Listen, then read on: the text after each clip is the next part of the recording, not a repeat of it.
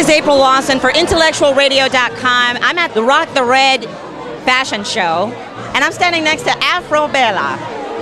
Now, for you, why is this a special night? This is a special night because I'm here to support people who I truly believe in. I believe in their cause, the Red Pump Project. These girls, I know them personally. I know how much work and heart they put into raising awareness, and I think that it's just a beautiful showing of how many people care and how many people, it's like you can make AIDS awareness relevant to a younger audience, and this is what this event does, so I'm happy to come out and support every year.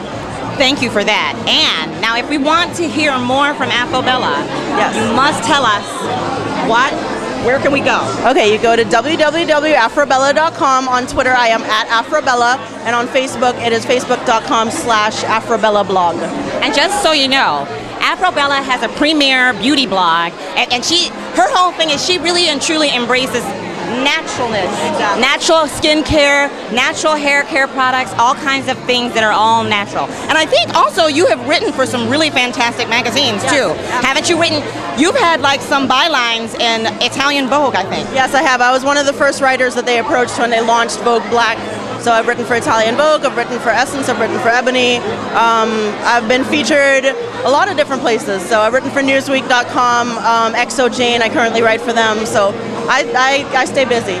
Yes, you do. Yes. Now, when did you realize that was your calling? When was the moment, your aha moment, where you're like, wow, I think that fashion and beauty is where I'm going to go? And what was your big break? My fashion and beauty, the light bulb went on because I was stuck at a job that kind of kept me trapped. I was an editor at a newspaper in Miami, and I had to kind of do what they wanted me to do. And I wanted to express myself, and I noticed a void in the media. There was no women that looked like me in terms of being plus size, in terms of being a woman with brown skin, in terms of having natural hair, and embracing my beauty as it is.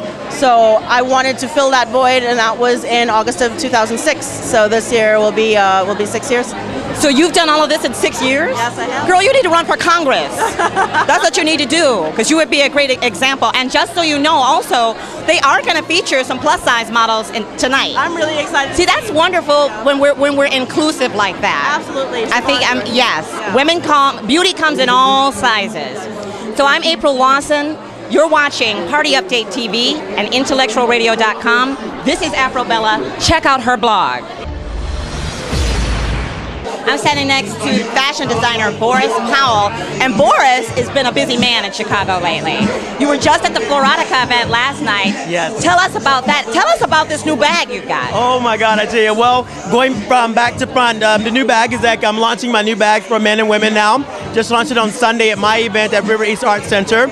So that's been keeping me busy. The event last night was absolutely gorgeous. And you were one of the judges. I was one of the judges, along with some really fantastic other judges as well, and bringing awareness and raising some funds for the Garfield Conservatory, trying to rebuild since the storm and stuff like this. But it was a gorgeous event. It was a lot of fun. Now, I met Boris initially at the Latino Fashion Week. I snuck backstage and I begged him to let me walk in this yellow dress. Hopefully, he will let me wear this dress. It's a long, gorgeous, what line is that from?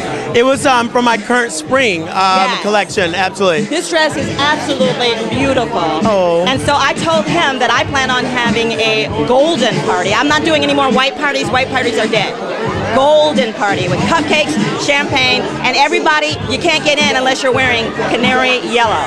I am a big fan, it's a happy color. It's such a happy color. You feel so beautiful, you feel so alive in this color. And this is the reason why I chose that particular color, because the world is in such despair. Everything is so gloomy after the economy dip and the war. So I wanted to bring some brightness and liven up the world. So I wanted to put yellow all over the runway. Yes, and one thing about that dress, it's sheer diaphanous fabric. It's very flowing. You have clean lines. I really love the artistry of what you do. Oh, thank you, sweetheart. Now, for people who don't know, if they want to see your designs, where can they go and where can they buy that hot bag? Oh, actually, I have my studio in Lincoln Park. It's at 2465 North Halstead. That's on Halstead, just 1 block north of Fullerton. You can also visit me on my site at borispowell.com. That's 2 R's in Boris and 2 L's in Powell. This is April Lawson for intellectualradio.com, and I'm standing on the red carpet tonight for the 3rd annual Rock the Red fashion show. This is Lovey Ajayi. Lovey, tell us, what was the brainchild for this? Me and Karen are both bloggers, and in 2009, we thought we should do something around HIV/AIDS in women. So we thought, why not ask our blogger friends to put this Red Pump badge that we designed on their websites, and on Girls AIDS Day, which is March 10th, dedicate their post to talking about the impact of HIV/AIDS in women. And in a week, we got 135 people. Wow. So that was pretty awesome. And afterwards, everyone's like, so what's next? So it grew into this movement. It did. And I literally watched that. I literally was on Twitter kind of watching that grow. And then the next thing I knew, you had a fashion show. Right. Our fashion show, our first one was March 2010. And we decided to use it as kind of our signature event because our organization is based around red shoes and using red shoes as a conversation starter. So naturally, we should probably do a fashion show. That's right, that's a natural progression. But Right. here's the thing. Now, what was it about this particular epidemic that grabbed your attention? Why not? I mean, there's so many causes. So many, right. For me, I didn't, one of my friends was from Malawi. And while we were in college, she was telling me her grandmother takes care of 21 cousins. And it's because they were orphaned by HIV and AIDS. So I helped her do her first fundraiser, and afterwards I was like, there's really a lot we can do about this, especially since it's so preventable. It shouldn't be killing us at such high numbers, and we shouldn't be so helpless to it. So I thought we should probably do something. So I worked for an AIDS org after I graduated from college. And after that, I think a year or two after is when Red Pump came. So it's been an issue that's been in my head since at least 2004. I can see now that you're intimately involved because it's impacted your life on a very intimate level. Right.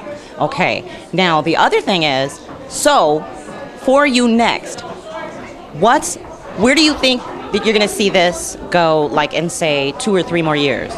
Well, for us right now, we have 4 ambassadors around the country, 4 Red Pump ambassadors who do events and events during awareness days, major awareness days. I think in the next 2 years, we will be doing more teen-focused things too.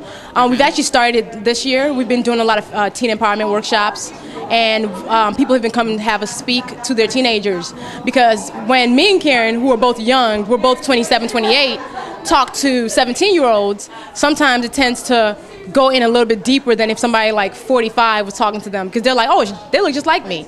Right, they can identify. They Right, can relate. so for us, we'll be doing more workshops and just trying to get to young women, because we feel like if you're empowered young women, you've been an empowered adult. Now, here's another question too.